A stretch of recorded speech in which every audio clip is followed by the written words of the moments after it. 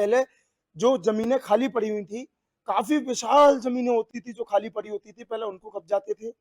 उन पे उनकी नीयत खराब हुई। उसके बाद फिर कुछ आश्रमों में जिनके संत, महंत और जो भी थे, वो कमज़ोर होते थे या किसी कारण वो लोग मुँह बंद करके बैठ जाते थे, तो भूमाफिया उस ज़मीन को निशाना बनाते थे, उस आश्रम को निशाना बनाते थे। वृंदावन का वर्चस्व खत्म करना है, भूमाफियाओं का उद्देश्य केवल पैसा है, किसी भी तरीके से कानूनी, गैर-कानूनी तरीके से पैसा कमाना ही उनका उद्देश्य है, जिसके लिए वो ऐसी खाली पड़ी ज़मीनों को, आश्रमों को निशाना बनाते थे। लेकिन अब स्थिति इस रूप आ चुकी है कि भूमाफियाओं द्वारा मंदिर और मंदिर के जो बगीचे हैं, जिनमें कहा जाता है कि ठाकुर जी सुबह-शाम एक घूमने के लिए बगीचे में निकलते थे या उस बगीचे के पेड़-पौधे, फूल इत्यादि से ठाकुर जी की सेवा नित्य लीला में प्रयोग आने वाले फूल भी उसी बगीचे में उगाए जाते थे।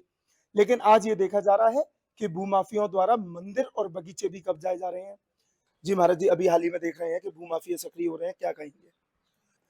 हम लोग गृहस्थ में अपने बाल बच्चों के लिए ध्यान देते हैं लोग, और मठ मंदिरों में अपने मंदिर की मठ मंदिरों के लिए ध्यान देते हैं। लेकिन आज स्थिति ऐसी बन गई है, मठ मंदिरों की देखभाल के लिए क्या रक्षक क्या भक्षक बन गए हैं लोग मठ मंदिरों के लिए। और भू माफिया इतने सक्रिय हो गए हैं, जिसमें कुछ हमारे भाई लोग भी हैं और भी समाज के लोग एक संगठन बना के और भू माफिया कर रहे हैं। ऊपर से तो भेष बनाए हुए साधु का, लेकिन अंदर से भू माफिया बहुत तगड़े। और जिसमें मैं किसी का नाम नहीं लेना चाहता हूं, अगर ये योगी जी सर्वे करें तो योगी जी को मालूम पड़ जाएगा कि भूमाफिया कौन है, क्या है।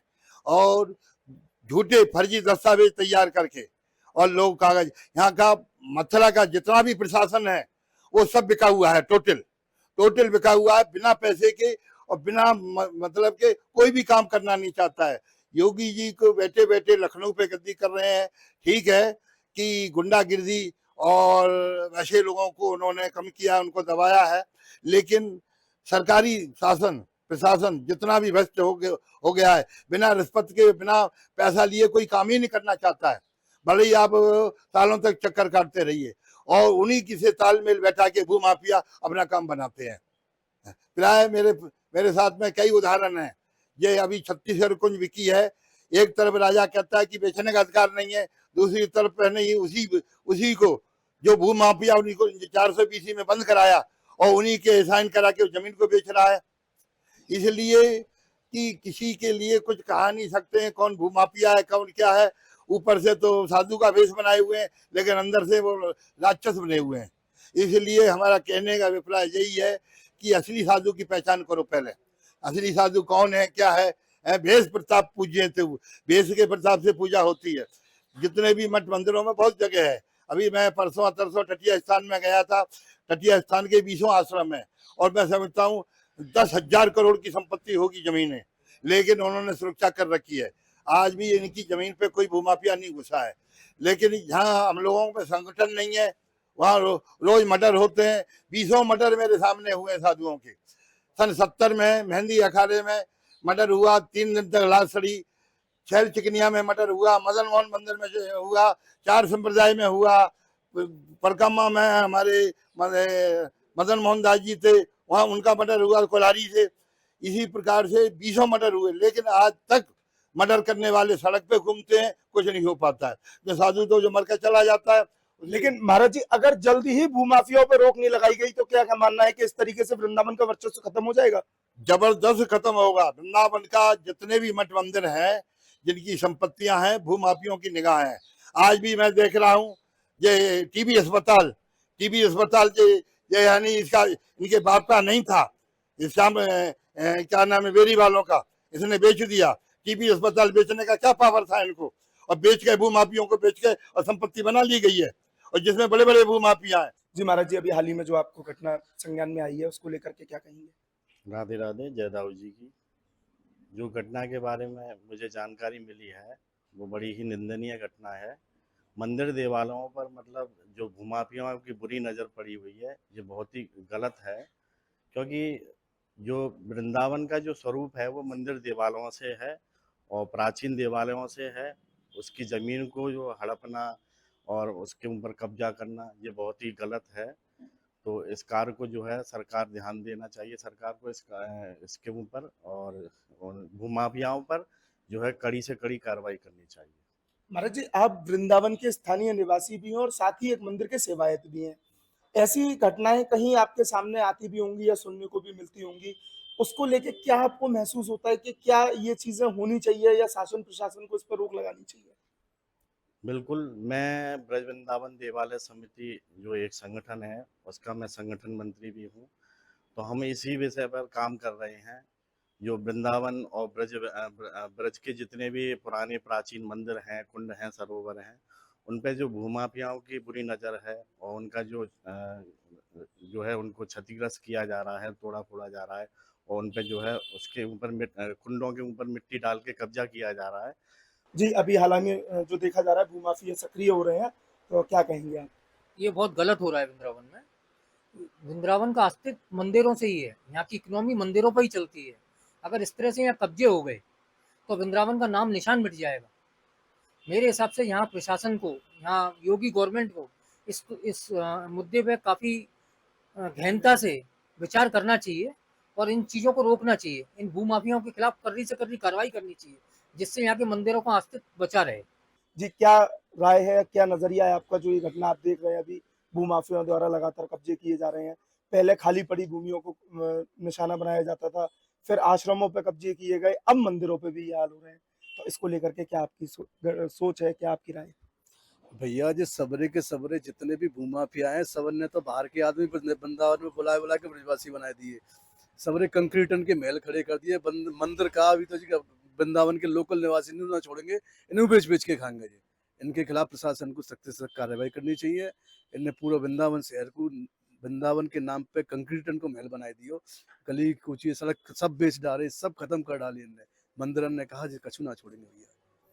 जैसे वृंदावन, एक नाम में ही रहस्य छुपा हुआ है। वृंदावन, ये पहले एक वन बताया जाता था, आज वो वन तो कहीं देखने को नहीं मिलता है। और अगर ऐसी घटना होती रही तो क्या आपको लगता है वृंदावन का वर्चस्व जो मंदिरों से है ये भी बहुत जल्दी नष्ट हो जाएगा? भैया, वृंदावन को नाम खत्म, वृंदावन को वन खत्म, वृंदावन के वृक्ष खत्म, वृंदावन की लता पता खत्म, वृंदावन के मंदिर खत्म, और जहाँ तक है कि वृंदावन के ब्रजवासी को खत्म नहीं, सबन ने खा जाएंगे। इनके पेट बहुत बड़े बड़े हैं भैया, इनके पेट ना भरे में आ रहे। महाराज जी, आप स्वयं एडवोकेट भी हैं और जैसा आप जानते हैं अभी वृंदावन में भूमाफिया काफी सक्रिय हो रहे हैं और आप तक को भी नहीं बख्शा गया था, क्या कहेंगे? ऐसा है, भूमाफियाओं की नज़र हमेशा खाली ज़मीनों पर रहती है, या उनको ये नज़र आए कि जल्दी से इसका कोई केयर टेकर नहीं देख रहा है, तो ऐसी जगहों को वो तलाशते रहते हैं। और चाहे उनको उसके लिए फर्जी डॉक्यूमेंट बनवाने पड़े, वो फर्जी डॉक्यूमेंट तक बनाने के लिए तत्पर रहते हैं और बना करके सेल अपना उससे बेनिफिट प्राप्त कर लेते हैं। पूर्व में मंदिरों को देखा जाता था, मंदिरों की ज़मीनों को देखा जाता था।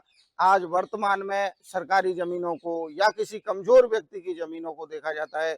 जो कमज़ोर वर्ग के लोग हैं, उनकी ज़मीनों को भूमाफिया हथियाने में लगे हुए हैं और पूर्ण रूप से पता नहीं क्या सरकार प्रशासन इनको सपोर्ट करता है। इनका कोई भी शिकायत के बाद भी किसी प्रकार का कुछ भी इनका मतलब इन पे लगाम नहीं लगती है। महाराज जी, भूमाफियाओं की सक्रियता बढ़ते हुए देखते हुए आप इसको प्रशासन की अनदेखी कहेंगे या मिली भगत? अब देखिए, प्रशासन की अनदेखी भी है, ऐसा नहीं है कि सभी लोग एक जैसे हैं। कुछ इसमें मिलीभगत भी है और अनदेखी भी है। कुछ लोग मिले हुए भी रहते हैं, अनैतिक रूप से लाभ भी प्राप्त करते हैं, और कुछ लोग जो है इसको नजरअंदाज कर देते हैं। जी भैया, जैसा भी आप हाल ही में देख रहे हैं कि लगातार भूमाफिया सक्रिय होते जा रहे हैं, क्या कहेंगे इस पर? मेरा ये कहना है कि इस तरह की घटनाएं जहाँ भी हुई हैं और हो रही हैं वो बहुत ही गलत हैं और शासन प्रशासन को उनका संज्ञान लेना चाहिए। और हमारी सरकार का भी यही मानना है कि अपराधी या तो अपराध छोड़ दे और या फिर और भूमाफिया भी जो हैं वो भी आपने देखा होगा पहले से काफ़ी इन चीज़ों में कमी आई है। लेकिन अब तो सीधे मंदिरों को ही कब्जाया जा रहा है। वृंदावन में इस तरह के अनेक मामले अभी देखने को मिले हैं जिसमें कि संत समाज की या संतों की या मंदिरों की प्राचीन कुंजों को भी नष्ट किया जा रहा है एक सुनियोजित एक मतलब साजिश के माध्यम से। तो मेरा ये मानना है कि वृंदावन एक तो पहले ही इन भूमाफियाओं ने नष्ट कर दिया है। जो भी 10-20% बचा है उसका संरक्षण और उसका बचाव होना भी चाहिए, और इसमें हम सब लोगों की, जनप्रतिनिधियों की जो भी भूमिका है, हम सब लोग अपनी भूमिका निभाने को तैयार हैं। और अगर इस प्रकार की कहीं भी अवैध कब्जे की शिकायत शासन प्रशासन या मुख्यमंत्री तक जाती है, तो मेरा ये मानना है कि उसमें कहीं ना कहीं संज्ञान लेके प्रशासन अपना काम करता है। लेकिन जिस तरीके से अभी भूमाफिया सक्रिय होते जा रहे हैं, क्या इसको प्रशासन की अनदेखी भी कहा जा सकता है?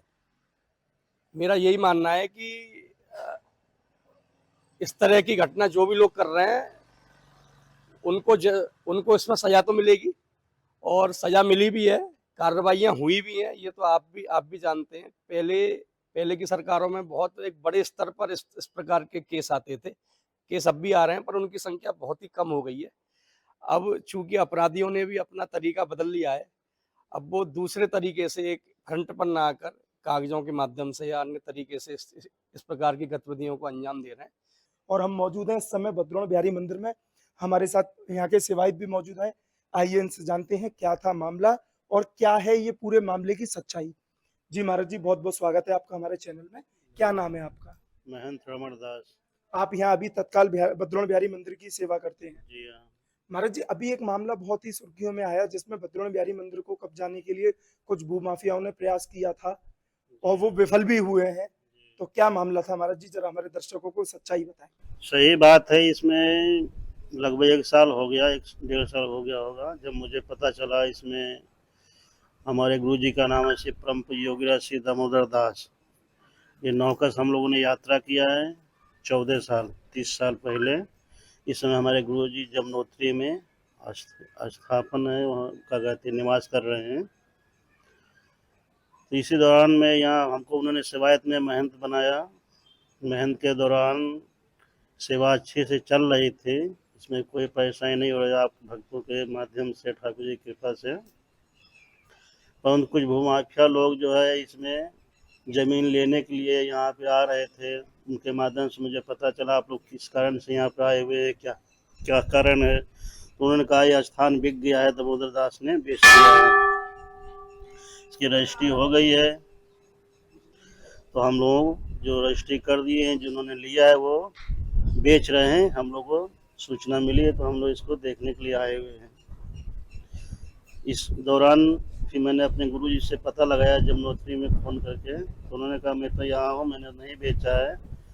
फिर धीरे धीरे पता चला, कुछ भूमाफियों के जो आ रहे लेने के लिए, उन्हीं से पता चला, कागज निकला, उसमें वेद प्रकाश है, कोई जयपाल हैं, जो मेरे गुरुजी के जगह पे नाम राशि बने हैं दामोदर दास नकली, और उसमें कई लोग हैं, 5-6 लोग हैं। इन लोगों का धीरे धीरे पता चला, तो फिर हम लोगों ने एप्लीकेशन लगाया थाने में, FIR वगैरह बहुत दिनों के बाद हुआ। तो सुनवाई होते होते अब 2-3 दिनों के बाद में पता चला, साल भर के बाद में कुछ लोग पकड़े गए हैं। तो ये भूमाफिया लोग बहुत जगह हमने सुना है कि यही भूमाफिया जो इसमें प्रकरण में और परिक्रमा में इन लोगों ने भी ज़मीन महात्माओं की कब्जा किया है, महात्माओं को मार भी दिया, हमने सुना है। इसमें जयपाल वगैरह हैं, वो कई लोग इनके साथ में मिले हुए हैं। ये सब मुझे सुनने में आया है। महाराज जी, इस प्रकरण को आप बता रहे हैं कि थोड़ा समय हो चुका है, अभी तक क्या प्रशासन शासन द्वारा आपको मदद मिली है? क्या इस प्रकरण में अभी तक आपकी सुनवाई हुई है? सुनवाई का वो उन्होंने धीरे धीरे प्रयास कर रहे थे पकड़ने का। उनको जैसे पकड़ने का पता चला तो उन्होंने पकड़ा है। अभी फिलहाल में 1 साल में बहुत समय लिया उन लोगों ने, फिर पकड़ा। एक व्यक्ति को पकड़ा है जो नकली दामोदर दास बने हुए हैं। महाराज जी, इस प्रकरण को लेकर के आप प्रशासन की अनदेखी कहेंगे या मिलीभगत? हम देखें कि अगर उन्होंने प्रयास तो कर ही रहे हैं, लेकिन थोड़ा ढिलाई लोगों ने किया है, ऐसा तो मैं कह सकता हूँ। लेकिन उन्होंने प्रयास में लगे हुए हैं, पूरा उनको नहीं दोषी ठहरा सकते मैं। हमारे साथ मौजूद रहे तमाम लोग, और जैसा कि हमने उनसे जाना कि वृंदावन में अभी जो हाल ही में भूमि माफिया सक्रिय हो रहे हैं, पहले कुछ जमीनों को निशाना बनाया जाता था जो खाली पड़ी होती थी या जिनकी कोई केयर टेकिंग नहीं करता था, उन्हीं जमीनों को निशाना बनाया जाता था। लेकिन आज भूमाफियाओं ने इस तरीके से अपनी हदें पार कर दी हैं कि ना तो वो मंदिरों को छोड़ रहे हैं, ना उनके बगीचों को छोड़ रहे हैं, ना व्यावसायिक होटल रेस्टोरेंट इत्यादि काफी जमीनें हैं जिन पे भूमाफियाओं की गंदी नजर पहले से पड़ी हुई है। लेकिन शर्मनाक ये है कि मंदिरों को भी निशाना बनाया जा रहा है। इसी को लेकर के आज हम समाचार 24 की मुहिम लेके ऋतिक अग्रवाल मैं खुद आया था। हमने यहाँ वृंदावन में जाना कि किस तरीके से भूमाफियाओं ने अपनी हदें पार की है, और अभी फिलहाल में प्रशासन को चाहिए कि ऐसे भूमाफियाओं पे अंकुश लगाए, जिससे हमारे वृंदावन का वर्चस्व बचा रहे। ऐसे जुड़े रहे हमारे साथ, देखें अन्य खबर समाचार 24।